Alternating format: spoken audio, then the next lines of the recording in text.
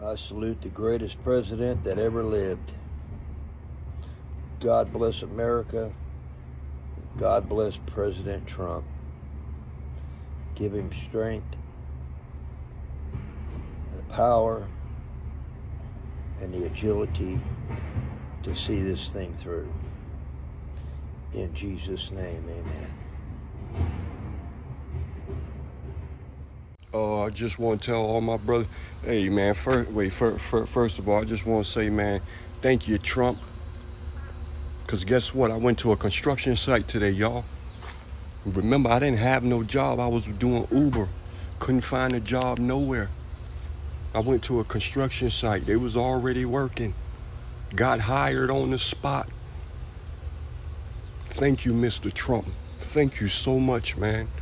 Thank you, Mr. Trump. If it wasn't for the move that you did make for the immigrants, and I'm not talking about the good people, I wouldn't have a job right now. Mr. President, I've been working all day, Mr. President. I just got off, Mr. President. I got a job for Monday, Mr. President. Thank you so much. Thank you so much. Guys, let me tell you, man, I walked in today on a construction site, hired me on the spot. I started work today, just got off, y'all. Mr. Trump, thank you so much. You know, it's quite interesting to watch the Democrat Party flounder like a fish out of water, because in reality, they have the answers to the test right in front of them. They have been given the answer to the test time and time again, or at least some of the answers, at least enough to pass, time and time again. And it's just like they refuse to answer the questions. Like it's just it's absolutely mind-boggling watching the Democrat Party today. And I can't wait, until a few years down the line when we have like a complete study of what happened to the Democrat Party during this era, because it's going to be quite interesting. I'm sure it could be a top of the line documentary on what happened to the Democrat Party, because it's just absolutely mind-boggling. And I got a couple of clips. One is a clip that I've already shown you guys before, but it highlights what I was just saying. They've been given the answers to the test and just refuse to accept it. Sorry to interrupt the video, but I need a huge favor from you all. Hit that like button. It greatly helps out the YouTube algorithm, all right?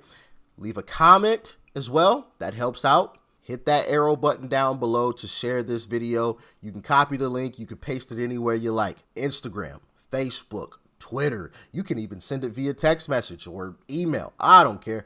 Share the link, all right? And of course, watch it to the end, because that helps out too. Watch time matters tremendously with the YouTube algorithm, so I would greatly appreciate it if you watch to the end.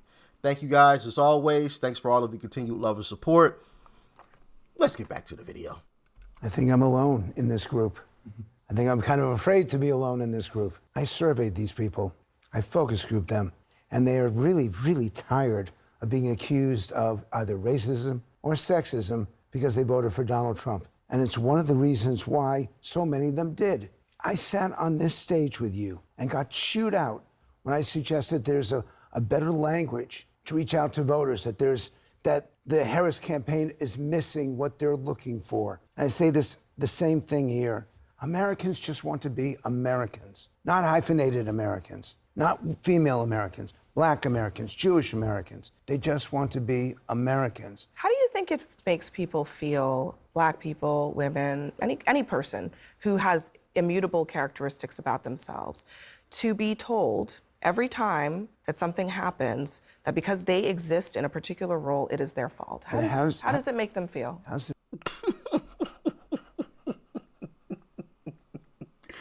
Like, instead of just taking that in, soaking it up, accepting what this man is telling them, like, she goes right into right back into race.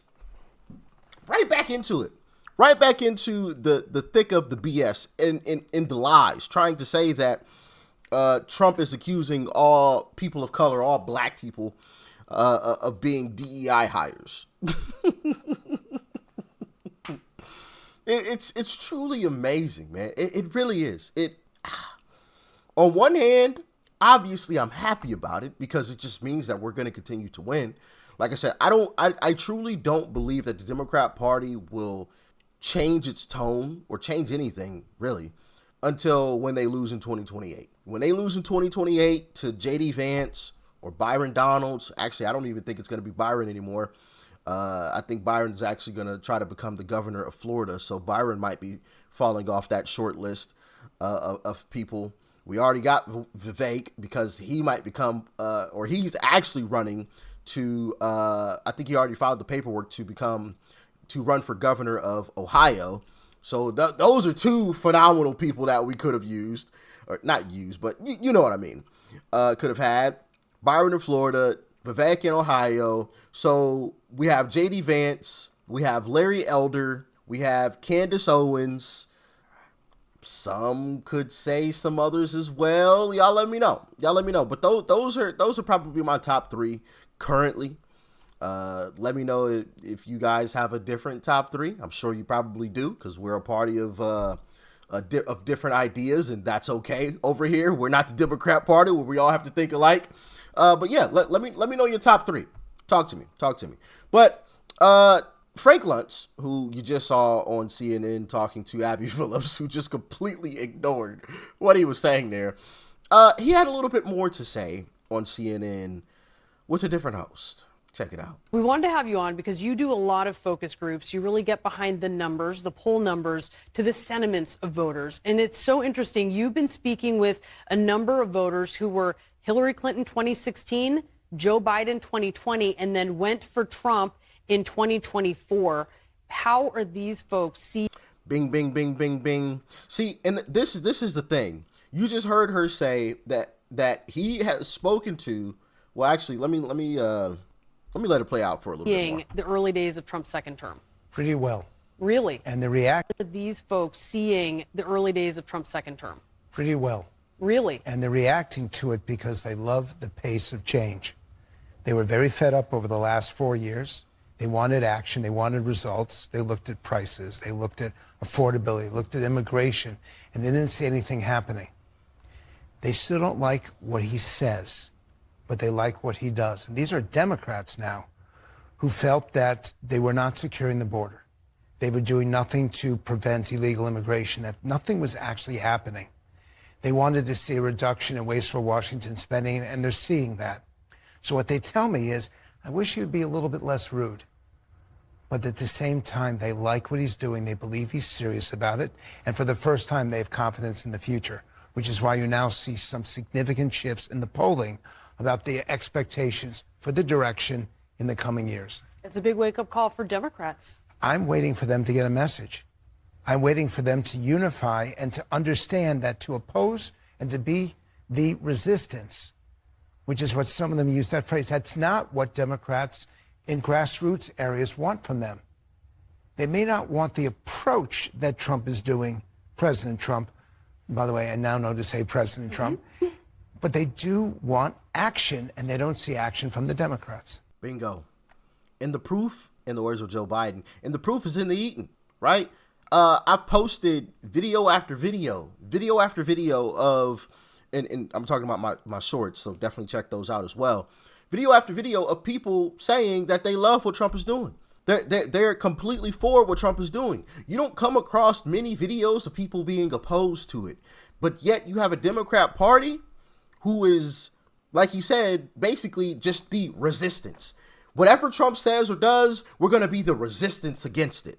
And that is a complete losing strategy. Scott Jennings was on CNN with Abby Phillips, and he said it best. He said Trump has this ability to find a bunch of 80-20 issues, and he hops on the 80 side, and he sits back and watches the Democrats rage on the 20% side, and he laughs. And it's so true.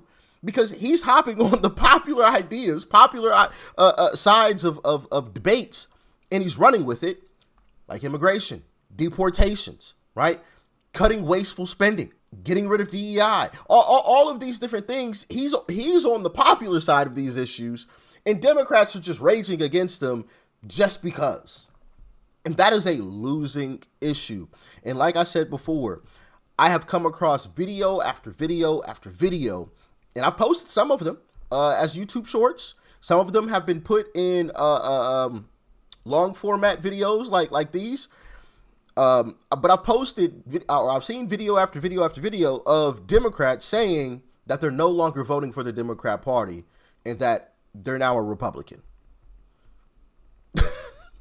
Video after video, including a lady like Lindy Lee. You guys remember her, the Asian lady who, or I believe she's Asian, who fundraised for Kamala, raised millions of dollars, and now she's all over the network saying, "Oh, these people are terrible. They lied to me. Blah blah blah blah blah."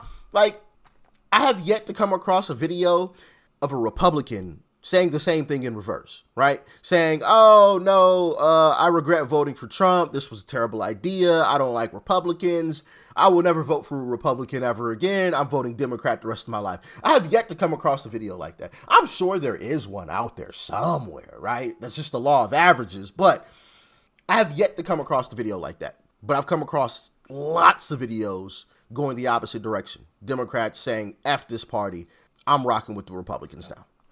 And one of the big reasons is because of Trump. But another reason, honestly, it's not even Trump, really. It's the Democrats themselves. They're shooting themselves in the foot by taking on these unpopular sides of issues.